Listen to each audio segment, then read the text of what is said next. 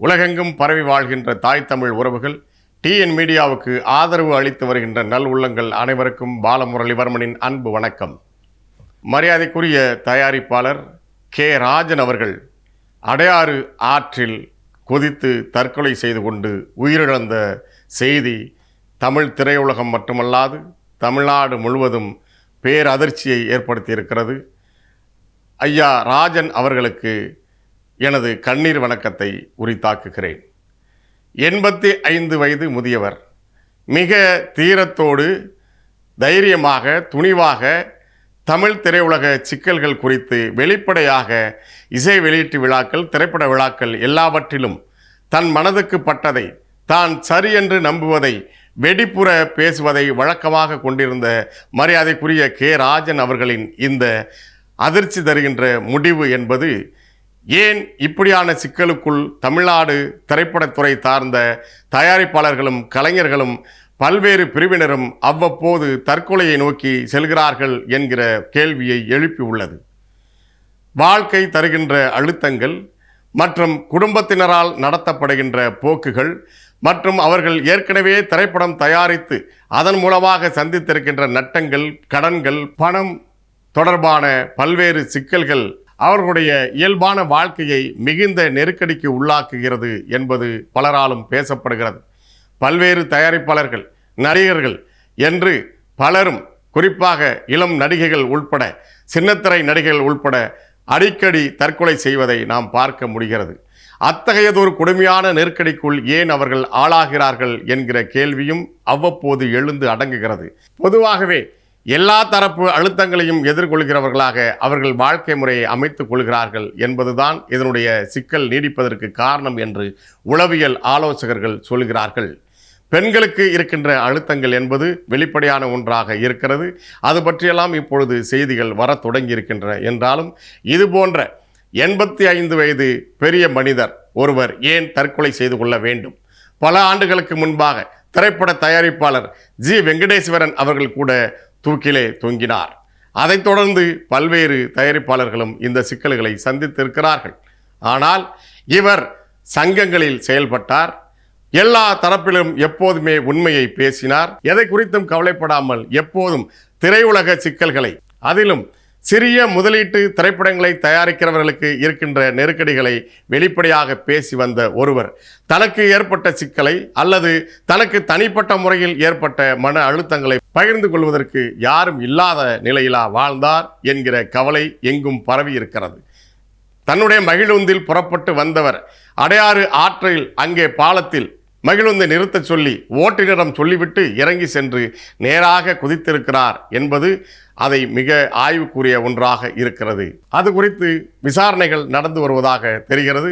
குடும்பத்தினரும் இன்னும் எதனால் இது நிலை ஏற்பட்டது என்பது குறித்து வெளிப்படையாக பேசவில்லை. தயாரிப்பாளர் சங்கங்கள் மற்றும் பல்வேறு திரைப்பட சங்கங்கள் எல்லோரும் அவருக்கு இறுதி வணக்கத்தை செலுத்த தொடங்கியிருக்கிறார்கள். என்றாலும் இதை ஒரு இறுதி வணக்கத்தோடு நிறுத்தி கொள்ளாமல் இதன் பின்புலத்தில் நடப்பது குறித்து எல்லோரும் அக்கறையோடு அணுக வேண்டும் என்கிற எதிர்பார்ப்பு இருக்கிறது.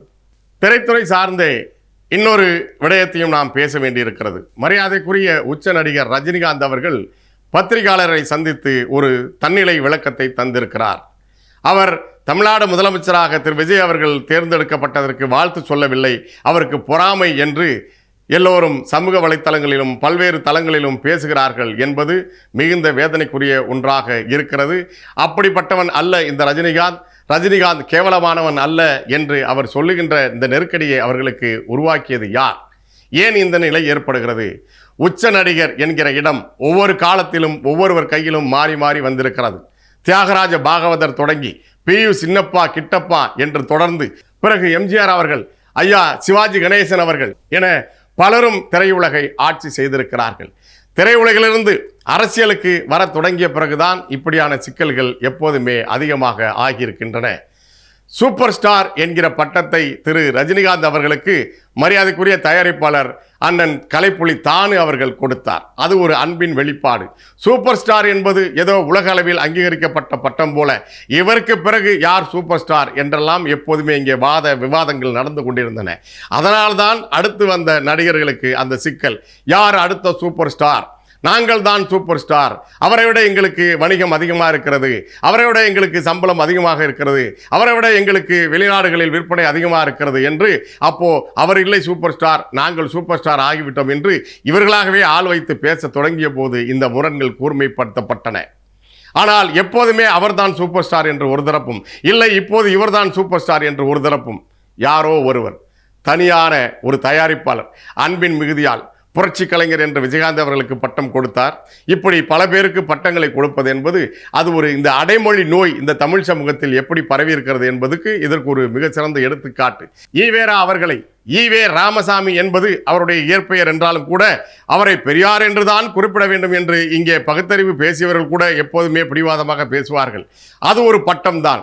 அந்த பட்டத்தை தான் ஒருவரை குறிப்பிட வேண்டும் என்பது எப்படி சரியானதாக இருக்க முடியும்? அதே போலவே சூப்பர் ஸ்டார் என்பது திரைப்படம், அந்த திரைப்படம் தொடங்கும் போது அதற்கு முன்னோட்டாக அடைமொழியாக போடுவதற்கு பயன்படுமே தவிர அது வேறு எதற்கும் பயன்படாது. ஆனாலும் இவர் சூப்பர் ஸ்டாரா அவர் சூப்பர் ஸ்டாரா என்று தொடங்கிய அந்த ரசிகர்களுக்கிடையான மோதல் அது விரிவாக விரிந்து பெருகி இப்போது இவர் ஆட்சி ஏற்றிருப்பது இந்த சூப்பர் ஸ்டாருக்கு பிடிக்கவில்லை, பொறாமை.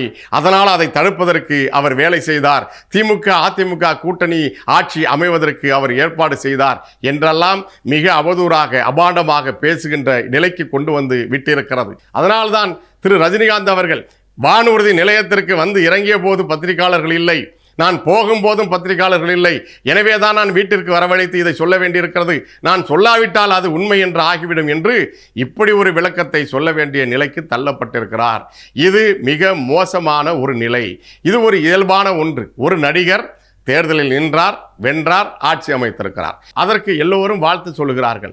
கலைஞானி கமலஹாசன் அவர்கள் கூட வெளிநாட்டிலிருந்து வந்த பிறகு சென்று முதலமைச்சர் விஜய் அவர்களை சந்தித்திருக்கிறார். ரஜினி அவர்கள் வாழ்த்து சொல்லியிருக்கிறார். ரஜினிகாந்தின் மகள் கூட பத்திரிகையாளர் சந்திப்பிலே திரு விஜய் அவர்களுக்கு வாழ்த்து சொல்லியிருக்கிறார்.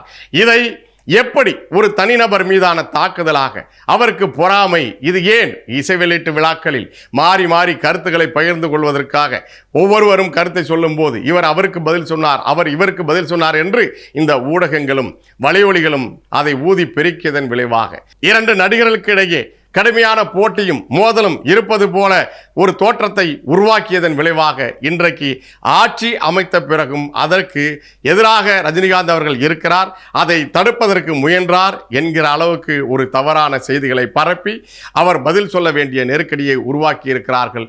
இது முற்றிலும் தவிர்க்க வேண்டிய ஒரு அணுகுமுறை. இது ஆரோக்கியமான போக்கு அல்ல என்பதுதான் பொதுமக்களின் கருத்தாக இருக்கிறது. துப்பாக்கி சூடு, ஸ்டெர்லைட் போன்ற போராட்டங்களுக்கு எதிராக ரஜினிகாந்த் அவர்கள் கருத்து சொன்னார்கள். அப்போது கடுமையான எதிர்ப்புகளை சந்தித்தார். அப்போதெல்லாம் கூட அவர் பத்திரிகையாளர் சந்தித்து இதற்கு விளக்கம் தர வேண்டிய நிலை ஏற்படவில்லை. இப்போது இப்படி ஒரு தன்னிலை விளக்கத்தை தர வேண்டிய நிலை ஒரு சிறந்த நடிகருக்கு, ஒரு உச்ச நடிகருக்கு ஏற்பட்டிருப்பது தமிழ்நாட்டு அரசியல் சூழல் மாற்று கருத்து கொண்டிருப்பவர்களை மிக நெருக்கடியான ஒரு நிலைக்கு தள்ளி கொண்டிருக்கிறது. இந்த மோசமான அணுகுமுறையை நோக்கி தமிழ்நாடு அரசியல் மொத்தமாக நகர்கிறது என்பதை காட்டுவதாக பெரும்பாலானோர் கருத்து தெரிவிக்கிறார்கள். இது ஆரோக்கியமான போக்கு அல்ல.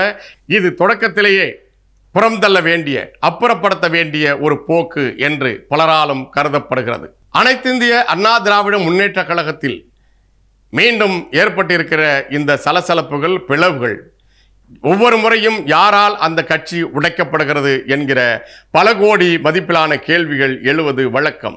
இந்த முறை அதற்கு பலரும் அந்த கடப்பாறையை தூக்கி கொண்டு வருகிறார்கள் என்று சொல்லப்படுகிறது. தொடக்கத்தில் பாரதிய ஜனதா கட்சி அனைத்து இந்திய அண்ணா திராவிட முன்னேற்ற கழகத்தை பலவீனப்படுத்துவதற்கான தொடர் முயற்சியில் இருக்கிறது என்பதை எல்லோருக்கும் தெரிந்த ஒன்று. தேர்தலுக்கு பிறகு அதற்கு முன்பாகவே திரு செங்கோட்டையன் அவர்கள் மூலமாக அதிமுகவில் இருந்த பலரும் தாவேகாவுக்கு இழுக்கப்பட்டார்கள். தேர்தல் முடிவுக்கு பிறகு இரண்டு தரப்பிலிருந்தும், அதாவது மதசார்பற்ற முற்போக்கு கூட்டணியில் இருந்த கட்சிகளும் தாவேகாவுக்கு ஆதரவு கொடுத்தது.